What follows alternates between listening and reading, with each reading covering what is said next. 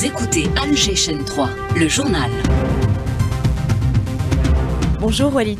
Bonjour Soraya, mesdames, messieurs, bonjour. Et au sommaire de la matinale de ce jeudi 16 janvier, le président de la République reçoit les directeurs et responsables de plusieurs établissements médiatiques publics et privés. Accord sur un cessez-le-feu à Gaza, accord en 3 phases, il entrera en vigueur ce dimanche. Sur le terrain, les exactions sionistes qui se poursuivent, 14 martyrs ce matin à l'aube. La campagne menée par l'extrême droite française et ses relents néocolonialistes fait réagir le président du Conseil de la Nation, Salah Goudjil, réunit le bureau de la Chambre haute du Parlement, rappelle des vérités historiques et rejette les fantasmes sur la prétendue aide française au développement de l'Algérie. Le ciel particulièrement généreux ces derniers jours, le BMS pluie reconduit, nouvelle dépression annoncée pour ce vendredi. Le barrage de Tichi Hafa Béjaïa fait déjà le plein. Et puis en sport, championnat du monde de handball au Danemark, le 7 national affronte ce jeudi l'Italie. Il y aura de la culture avec le film algérien France Fanon qui remporte le prix du jury au Festival du cinéma africain de Luxor. Et puis le théâtre national algérien qui fête ses 62 ans d'existence. Mesdames, Messieurs, bonjour. Le président de la République a reçu les directeurs et responsables de plusieurs établissements médiatiques publics et privés. L'occasion pour le chef de l'État d'écouter les préoccupations et propositions sectorielles en vue de contribuer au développement et à l'amélioration des conditions professionnelles. L'audience s'est déroulée en présence du directeur de cabinet à la présidence de la République, du ministre de la Communication, du conseiller du président de la République chargé de la direction générale de la communication et du porte-parole de la présidence de la République. Fait majeur de l'actualité internationale, cet accord sur un cessez-le-feu à Gaza après près de 16 mois d'entreprise génocidaire sioniste, accord auquel sont parvenus le mouvement de résistance palestinien Hamas et l'entité sioniste sous médiation qatari. Dans une première phase, l'accord prévoit un échange de prisonniers entre les deux parties. Il entrera en vigueur dimanche prochain. Karima Hasnaoui. Ce nouvel accord de cessez-le-feu à Gaza prévoit 3 étapes. La première, d'une durée de 42 jours, débutera dimanche prochain. Cette première phase concerne l'entrée en vigueur du cessez-le-feu, le retrait des forces d'occupation vers l'Est et loin des zones densément peuplées, l'échange des prisonniers. La résistance palestinienne libérera tout au long de cette première phase 33 prisonniers de guerre contre 2000 détenus palestiniens. L'accord est censé assurer l'intensification de l'aide humanitaire et une distribution sécurisée dans l'ensemble de la bande de Gaza avec une moyenne de 600 camions d'aide par jour. Les détails des 2 autres phases de l'accord seront négociés durant l'application de cette première étape. Cet accord, le premier négocié depuis 2023, sera-t-il respecté et appliqué par l'entité sioniste?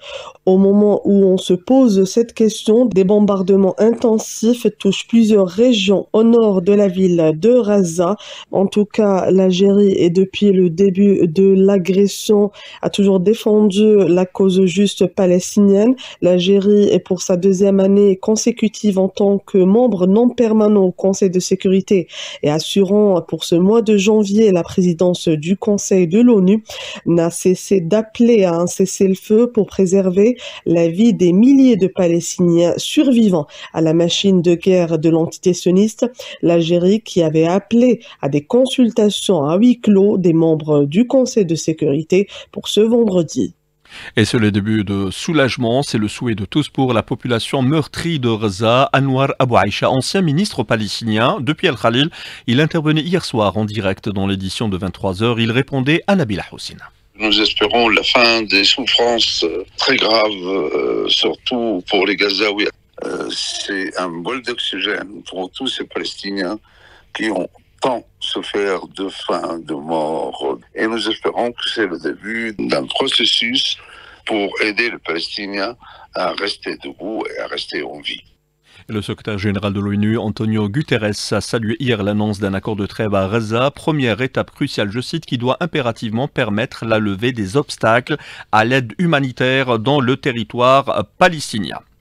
Le représentant permanent de l'Algérie auprès de l'ONU, Ammar Benjama, a expliqué hier l'abstention de l'Algérie lors du vote de la résolution 2768 sur la sécurité en mer Rouge par ses préoccupations concernant la mise en œuvre de la résolution 2722, notamment quant à une interprétation erronée, je cite, du droit international pouvant mener à des frappes sur un pays souverain, à savoir le Yémen. 8h06 sur les ondes d'Alger Chaîne 3 en sa qualité d'envoyé spécial du président président de la République, Abdelmajid Tebboune. Le ministre de la Santé, Abdelhak Saihi, a été reçu hier par le président de la République de Côte d'Ivoire, Alassane Ouattara, l'occasion de passer en revue les différentes dimensions des relations de coopération entre les deux pays. Au cours de cette rencontre, il a été convenu de réactiver la grande commission mixte de coopération algéro-ivoirienne tout en œuvrant à renforcer la coopération dans le domaine de l'énergie, de l'agriculture, de la formation, des ressources en eau ainsi que dans d'autres secteurs, la Côte d'Ivoire étant l'un des acteurs majeurs du continent africain. Nous vous disions en titre, la campagne menée par l'extrême droite française et ses relents néocolonialistes a fait réagir le président du Conseil de la Nation, Salah Boudjil, qui a réuni le bureau de la Chambre haute du Parlement, a rappelé des vérités historiques et rejeté les fantasmes sur la prétendue aide française au développement de l'Algérie. Linda Bouadma. Le président du Conseil de la Nation dénonce une tendance politique française, l'extrême droite, héritière de l'idéologie colonialiste, une classe politique porteuse d'un discours haineux et trompeur en faisant croire par exemple à l'octroi d'aide financière à l'Algérie. Cette tendance qui s'est alliée aux deux colonialistes d'aujourd'hui, le Makhzen et le sionisme. Pour Salah Boudjil, cette alliance veut porter atteinte à la stabilité de l'Algérie, mais pas seulement, elle s'est attaquée à d'autres États africains, à tel point qu'il a été porté atteinte aux intérêts communs et aux usages reconnus en matière d'échanges entre États sur le plan économique et politique. Le communiqué du Conseil de la Nation a rappelé, pour remettre dans le contexte, que même pendant les années de la guerre de libération, les Algériens n'ont pas fait l'amalgame entre la France coloniale et le peuple français, que notre révolution a eu un impact sur la politique en France avec la censure de 6 gouvernements, la chute de la 4e République française, l'avènement de la 5e, le rappel du général de Gaulle et le choix qu'il a eu à faire pour éviter à la France de s'effondrer au détriment du système colonial. Aujourd'hui, le Conseil de la Nation se félicite de la position d'une autre classe politique qui participe à l'éveil des consciences au moment où les héritiers de la France coloniale impactent la scène politique française. En témoigne le paradoxe entre les positions du président français qui a reconnu l'assassinat de Maurice Audin ou les événements du 17 octobre à Paris et celui qui hésite à travailler avec les autorités algériennes sur la question de la mémoire. Et Boudjil de conclure que la France a plus besoin de l'Algérie et pas l'inverse. Et à propos du Makhzen, poursuite de l'opération d'expropriation et d'expulsion forcée de leurs biens de dizaines voire de centaines de familles par certains endroits, une situation qui soulève une vague de protestations parmi la population qui refuse de se conformer aux ordres de libérer leurs biens immobiliers et fonciers au profit de prétendus propriétaires sionistes. Ça occidental avec la solution qui doit être fondée sur le principe du droit à l'autodétermination et du libre choix et souverain du peuple sahraoui. Déclaration du ministre russe des Affaires étrangères, Sergei Lavrov, face à la presse, c'était à Moscou. Il y a eu une réunion du gouvernement hier, présidée par le Premier ministre Nadir El-Arbaoui, dossier d'importance, le renforcement de la sécurité hydrique et l'augmentation des taux de récupération des eaux usées pour les secteurs agricoles et industriels. Le gouvernement a examiné notamment le projet d'approvisionnement des habitants de Béchar, Abedla et Knetsa à partir des eaux souterrains du champ de captage d'El Qatrani dans la commune de Bni Wennif.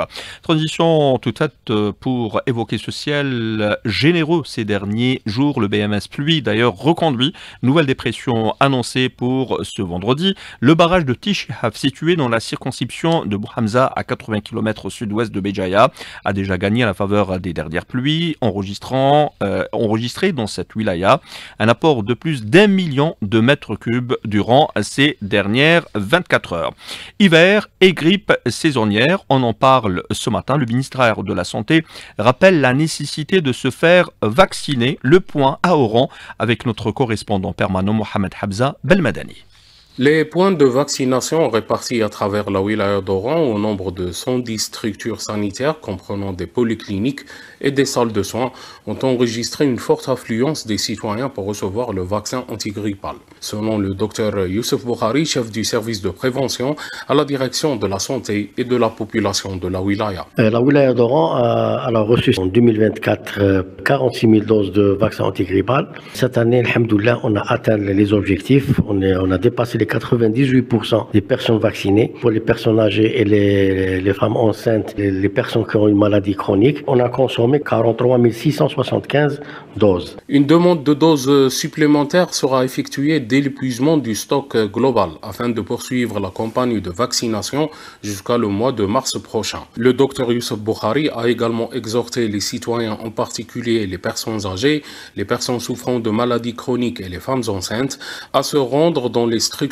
sanitaires pour se faire vacciner. On souhaite que tout le monde, surtout pour les personnes plus de 65 ans, les personnes qui présentent une maladie chronique, qu'ils se vaccinent le plus vite possible. Cette vague de froid, je pense, elle va dépasser la saison hivernale. Il faut se vacciner pour se protéger de cette grippe saisonnière. Il a insisté sur l'importance du port du masque par les personnes atteintes de grippe saisonnière afin d'éviter la transmission du virus à d'autres personnes vulnérables, notamment dans les marchés ou les lieux publics. Doron, Mohamed Hamza Belmadani, Al-Jayshan 3. Et nous restons à Oran, direction le Salon international de l'agroalimentaire, avec des annonces d'importance qui ont été faites, notamment ce projet porté par la société Reanox pour la production de lait infantile qui produira 40 millions de boîtes annuellement dès son entrée en service. Ça sera dans une année. Le directeur général de cette entreprise, Amin Rassi. On va se lancer, Inch'Allah, très incessamment pour une unité de production de lait infantile avec une capacité de 40 millions de boîtes par an, qui sera la première unité en Algérie avec une ligne complète qui va de la fabrication de la boîte jusqu'au dry mix, le mélange à sec et le remplissage des boîtes, ce qui va faire une économie pour l'Algérie de plus de 100 millions d'euros justement en importation. Ça va permettre de couvrir 60 à 65% du marché national. C'est un investissement qui va tourner autour de 5 milliards de dinars. C'est une formule algérienne à 100%. Et ce sera la plus grande unité qui sera installée en Afrique du Nord pour l'instant. Toujours dans le cadre des efforts visant à encourager l'investissement et à renforcer l'économie nationale, les travaux de la nouvelle unité de production pharmaceutique de Saïdal pour les médicaments ophtalmiques implantés à Mostaganem avancent à grands pas à l'approche de sa phase finale. De la culture également dans cette édition cinéma, tout d'abord avec le film algérien France Fanon qui a remporté le prix du jury au Festival du cinéma africain de Luxor en Égypte, un film signé du réalisateur Abd Nour Zahzah, et puis le Théâtre National algérien qui fête ses 62 ans d'existence. Une dernière information avant de clore les pages de cette édition du handball, le 7 national qui affronte ce soir à 18h l'Italie pour le compte de la deuxième journée de la phase de groupe du tour préliminaire du mondial qui se déroule au Danemark. Et puis en football, suite aujourd'hui des 32e de finale de la Coupe d'Algérie avec le match USM Alger face aux pensionnaires de la Ligue 2, l'Olympique de Maghrane. Et pour terminer, cette triste nouvelle, le décès à l'âge de 96 ans du Moudjahed Mohamed Hadj Hamoui. Il fut le premier ministre de l'information de l'Algérie indépendante. Voilà, c'était là la dernière information de cette édition réalisée par Sidali Djilali. Merci à vous de nous avoir prêté attention.